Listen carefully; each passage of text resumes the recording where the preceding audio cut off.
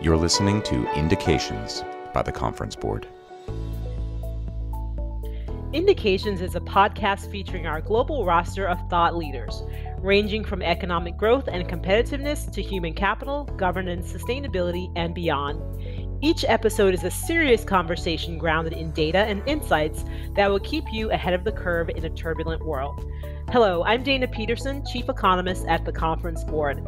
I'm so excited to introduce to you two brand new economists at the Conference Board. We have Heil and we have Erin McLaughlin.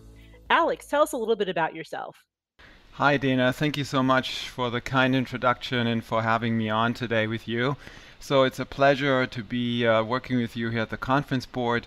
I'm an applied economist who brings 25 years of experience in the energy and infrastructure space, and that's what my work has been focused on.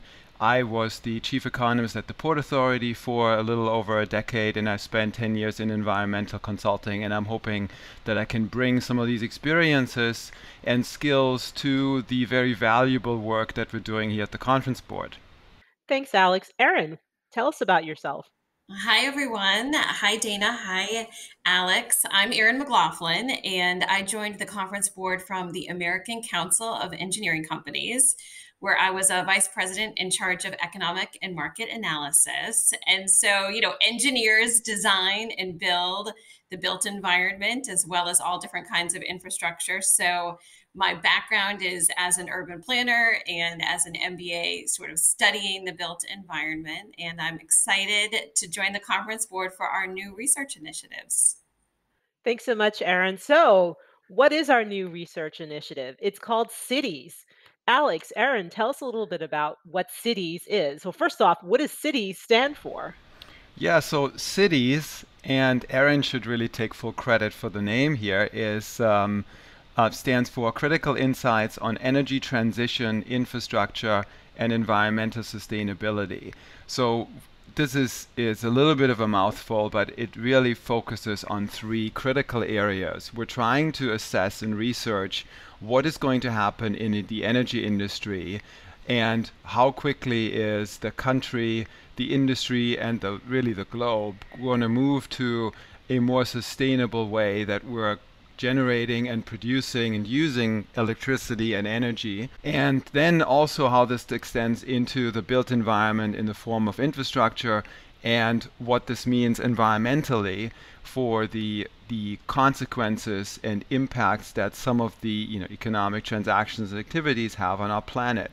So we're trying to roll this all together. We're especially proud of the name Cities because a lot of this will be focused on the urban form and the extent to which we're interacting in metropolitan areas. The majority of people on this planet live in cities. That's where most of economic output is being produced. And so it is not just a function of looking at any of these areas in isolation, but rather to look at how some of these interplays occur. And in that context, we are also very much looking forward to some of the collaboration that we'll be able to achieve with some of our other experts and colleagues here at the Conference Board. Thanks, Alex, for explaining that. Well, Erin, I have a question. Just thinking about the U.S. I mean, the U.S. is a huge country, and a lot of it is also suburban and rural. So how will the city's research content also address those areas? Well, it's very interesting. I love to say that it's human behavior that really dictates our infrastructure in the built environment. So it's quite a moment. And I think we're all sort of witnessing, a change in behavior as we come out of the pandemic, as we work differently, as we stream the internet, we work from home or we remote school. And so as we behave differently, all of the different infrastructure in the built environment sort of plays into that. So, there are certainly a lot of small cities and suburbs and major urban centers, and everything is really in a moment of change, both due to human behavior and due to climate change and due to, globalization and what some would say is a little bit of a deglobalization. So it's really, really interesting. And we're definitely going to be looking at all different kinds of urban forms, whether that's small cities or larger cities. And also look at some demographics and how everything is sort of interacting and changing. So, as Alex said, everything is sort of interconnected in its own way, and how the energy transition is happening, it really is buildings and transportation that are the biggest sort of suckers of energy on our planet. And so it's going to be really interesting to see how all of these things are connected, and for us to take some deep dives into it, during this sort of changing period. Thanks so much, Erin. Well, I have a question for both of you. Maybe Alex can jump in first. There's a big focus on the energy transition, and we're going to talk about a recent insight that you both published. Is this going to take months, years, or decades? What are your thoughts on that? And is this going to be an easy transition? I think it is fair to say that over the last 15 years or so, we've come a pretty long way in adopting renewables in the energy generation sector. And I think if you look at some of the investments that have been made, what was $6 billion in annual investment in renewables, pretty much just 15 years ago, has gone up by a factor of 10 by 2019 to 60 billion. So I think there's a lot that has been actually happening there. If we're looking at the renewable share in terms of what is the percentage produced by renewables when it comes to electricity, that percentage is roughly doubled. We've gone from 10 to 20%, just below 20%, over a period of 20 years or so. And fossil fuel generated electricity has fallen by sort of the same delta there, with nuclear staying constant. So I think we've come a long way. I think where we're still falling short is when one considers some of the goals that have been expressed. So the country's goal of moving to 100% carbon-free electricity by 2035. As I was just alluding to, we are quite a ways away from getting to that point. And if we're looking at some of the spikes in prices when it comes to fossil fuels currently, and some of the geopolitical factors, I think it's an interesting, we're really at a crossroads when it comes to renewable adoption generation. So to your question on the time frame, I do think that while in the near term we're going to see continued progress, this is certainly going to be a longer transition. I think the more quickly we can move towards a broader adoption in renewables, I think the quicker we can harvest and generate some of these benefits that come along with the use of renewables, as in less global greenhouse gas emissions on a global basis.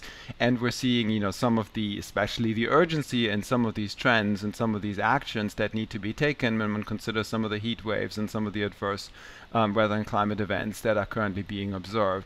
But I think this is still a question of years until we'll actually be at a point where we can say, renewables have truly taken over the energy industry. Well, Erin, it sounds like some of this is going to be painful, but there should be benefits at the end, but also benefits along the way. What do we need in terms of the built environment to get from here to there? Well, that's a great question. So we're actually using more electricity, even though we have an increase in renewables. So it's a matter of us sort of having the ability to generate sort of a more renewable, carbon neutral electricity. A lot of that is coming from growth in solar and wind, and then having the ability to store it and to transmit it to where it needs to go, to buildings, to transportation, to all of sort of the end use of infrastructure. We're definitely seeing an increase, and a lot of it is connected to public policy. So there are certain areas of the United States, for example, that have made commitments, that have made their own specific cities and states have made commitments for climate change. And so they have put in place, whether it's incentives for solar, or whether, especially coastal states in the Mid-Atlantic and the Northeast, advances in building wind turbines offshore, which has become very popular in the last couple of years. So those kinds of advances in designing those renewable energy power sources and then getting the technology and the transmission to the end use is really the ultimate goal. Thank you, Erin. Thank you, Alex. So let's delve a little bit more deeply into this report that you just published. First of all, tell us the name of the report so that our folks can find it, and then talk to us about which states are ahead of the game, which states may need to catch up a bit. So the title of the report is Renewable Sources, and we're posing the question: what's the state of renewable energy in 2022? And as Erin just suggested, and as I mentioned before, the country has made improvements, and we've moved along this sort of transition towards a broader adoption of renewable energy. But if we're looking at this in a more disaggregated way, then certainly not all states have achieved the same progress towards this goal. So there are some states in which there's more emphasis on renewable power sources, and this might be hydro. We probably should be defining what renewable actually includes. So usually when we talk about renewable energy, it's the solar, wind, hydro, as well as biomass energy forms that we're researching and talking about. So if we're taking some of the states where that are more that have shifted more directly into those forms of energy, those are some of the states in the Pacific Northwest where there's a more emphasis on hydropower. We've seen some of that also in a state like Vermont, very small, but with the decline of nuclear power up there, there's been a broader adoption of renewable hydropower also.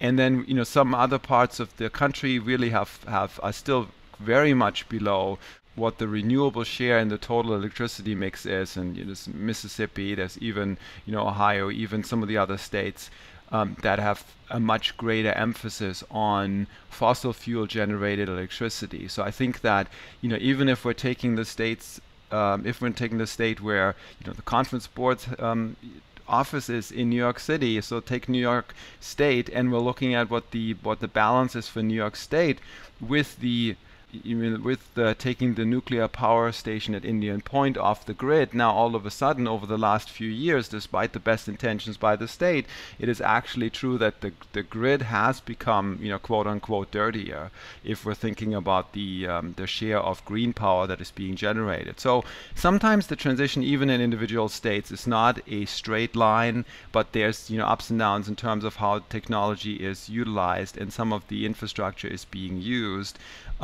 And some of this can be quite lumpy. Erin also mentioned, some of the offshore wind investments that are now heavily pushed by some state governments, rightfully so, but even that is pretty lumpy. So it takes a long time for governments to really get involved in the procurement process. It's quite complicated to get this network of ports and sites and facilities in line so that the supply chain of wind power is actually optimized to actually get these windmills operational. So we don't really have that many sites yet operational in the United States. There are a lot of plans in the books, and once we in a few years are at a point that they have been funded, they have been the procurement has taken place and the construction and the operation is then taking place as well, then I think some of the states will be able to catch up pretty rapidly. But as of right now, there's still a lot of states that are falling below what the national average is.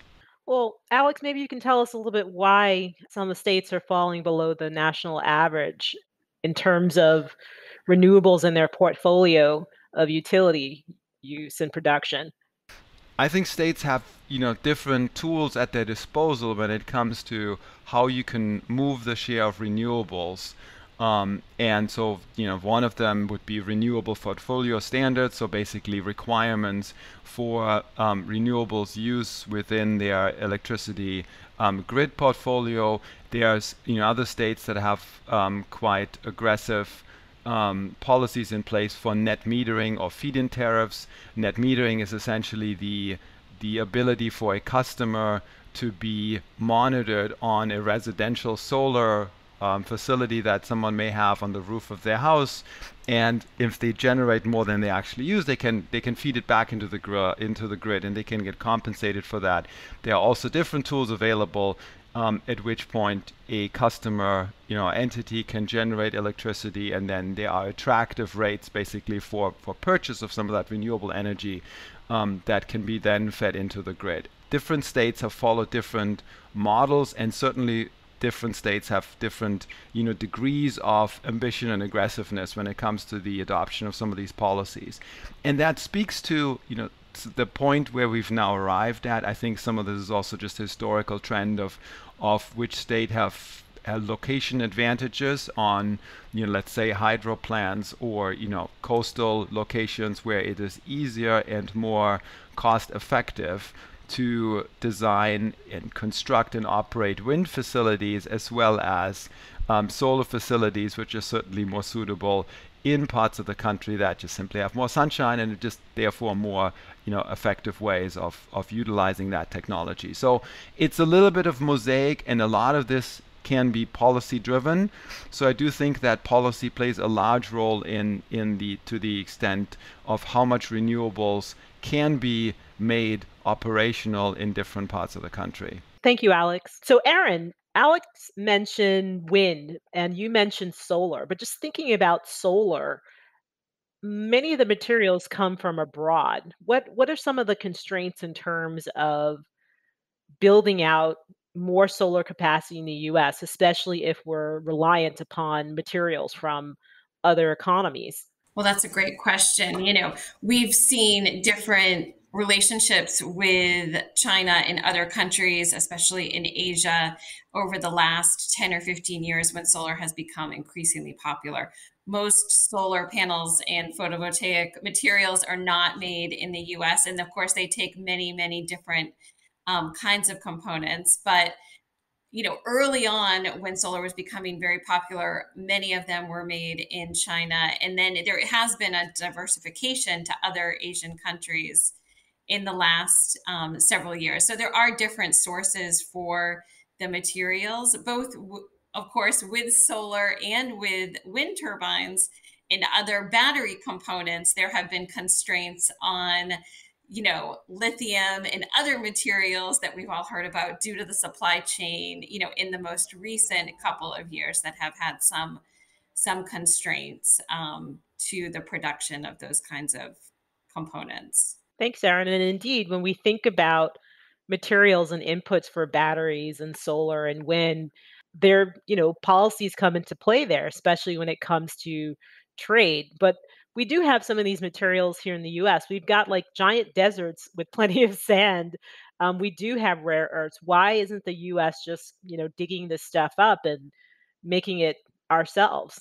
I think a lot of it has just been sort of with a lot of other production, it hasn't always been as cost effective to happen in the US as it has been to outsource the production of some of these things from other countries. So as geopolitics change, as our economy changes, as maybe our labor constraints sort of change, we may definitely see a different market dynamic in that area. And I think that's something that we'll be keeping a close eye on.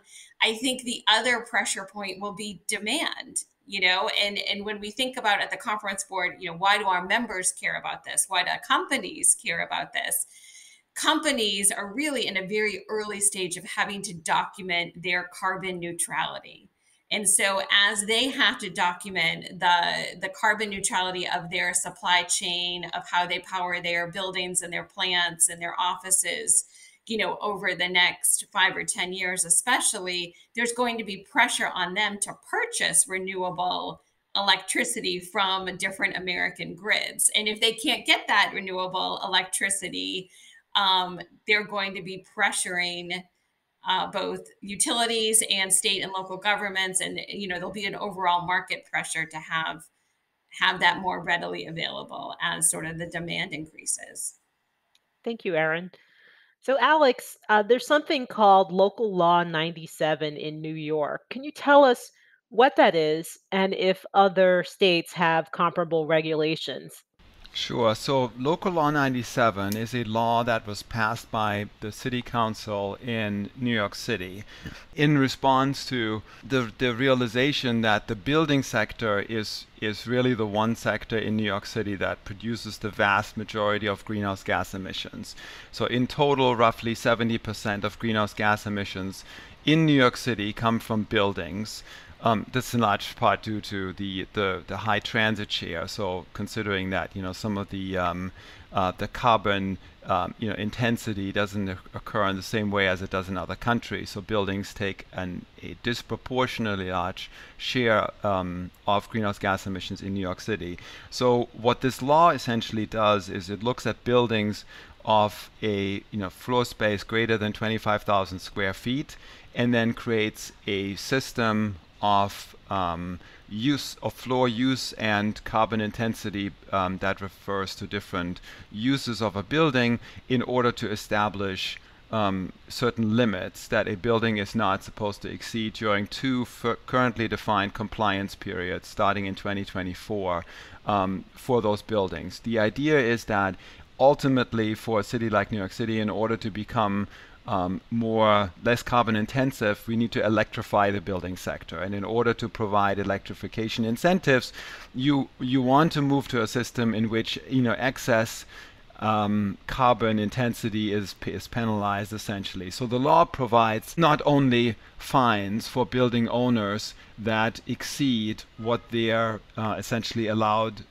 pollution amounts are of $268 per metric ton of greenhouse gas emissions, but also it provides incentives for retrofitting buildings. And I think if you're thinking about this, yes, it makes a lot of sense to have a law in place that looks at cost-effective ways to reduce greenhouse gas emissions in a place like New York City, because buildings can vary greatly. There are buildings that are super efficient. They've been constructed in the last couple of years. They come with LEED Platinum standards. In the design, there's been a lot of effort taken to make them as energy efficient as possible. But then you also have, the larger rental, let's say, properties somewhere in an outer borough where the way that you regulate temperature is by just simply opening the window, because you can actually not adjust the thermostat. So there's different degrees here. So I think that's actually some of the problems with the law, that it may not be as nuanced as one would actually want it to be. But it's a good step, if implemented correctly, to address really the largest sources greenhouse gas emissions in New York City.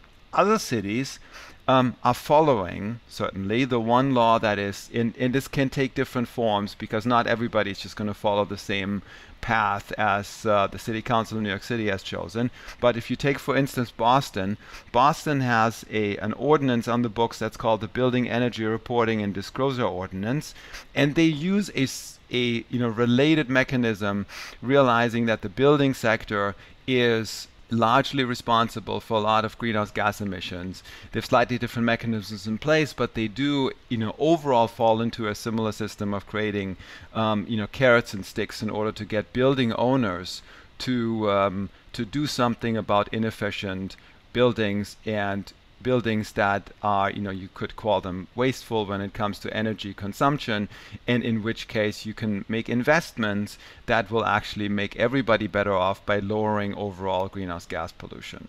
Thank you, Alex. Erin, we speak to businesses, and indeed we speak to the C-suite and CEOs and CFOs and all the C-suite members. What is one key takeaway from this conversation that you think is important for them to know? Well, I think most CEOs and COOs probably haven't given a lot of time thinking about, where does my energy come from, right? They're operating their business, the computers are running, the data center is running, things are happening, but where does the actual energy come from? And certainly for more complex businesses, it's very interesting. Hospitals, for example, in medical campuses and sort of production facilities often use, up to 3 or 4 times the energy of an office building. So in those situations, and in sort of campus situations, like a hospital campus or a university campus, we've seen advancing of microgrids and, those kinds of facilities and those kinds of executives running those sorts of facilities have had to give a little bit more thought. And so it'll be very interesting for us to sort of watch those sort of campuses and larger facilities and microgrids, see how they transition to, a renewable energy and also become, what many in the built environment call net zero, or, a net zero campus or environment. But for a company that is perhaps leasing their space or has not really given a thought to how to power their operation, I think that's the big takeaway, is sort of rethinking not just the cost, but actually where the source of the energy is coming from and how that is going to play into their capital planning and how they plan their structures and their assets to meet, both investor demand, consumer demand, and even, demand from policymakers to become more carbon neutral. Thank you, Erin. And Alex, I'll give you the last word on this. What do you think is one key takeaway that CEOs and their executives should gather from this conversation? I think what is very impressive is the degree to which costs for renewables have fallen over the last 10 or 15 years or so. I think we've all read about it. If one looks at the actual data, if you take wind, for instance, this may have fallen from, the cost of generating wind power has fallen from around 150 to maybe $35 per megawatt hour of electricity. Solar is even more extreme, from anywhere around $350 per megawatt hour to maybe 35. That's a factor of 10, right? I mean, it's per megawatt hour for, over the last 12 years or so.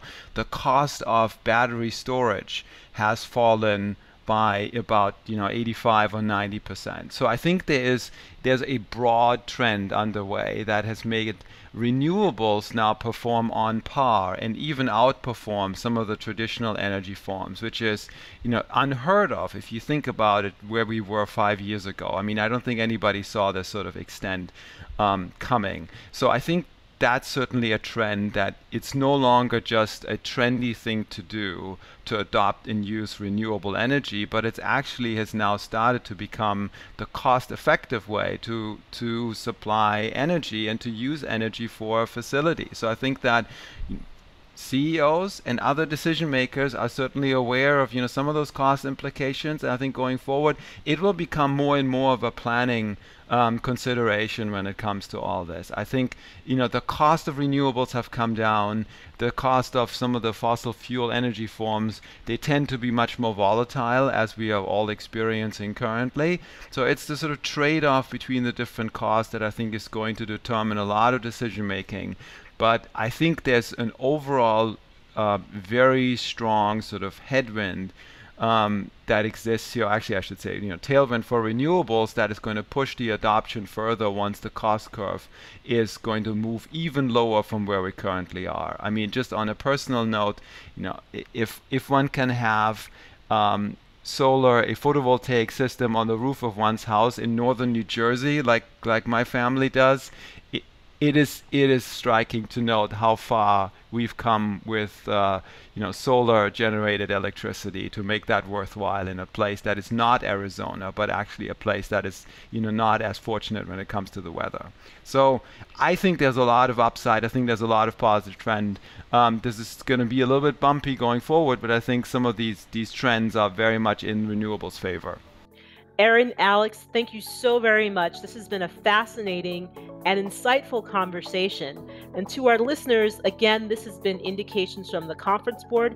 If you enjoyed this podcast, you may listen to us wherever you find podcasts.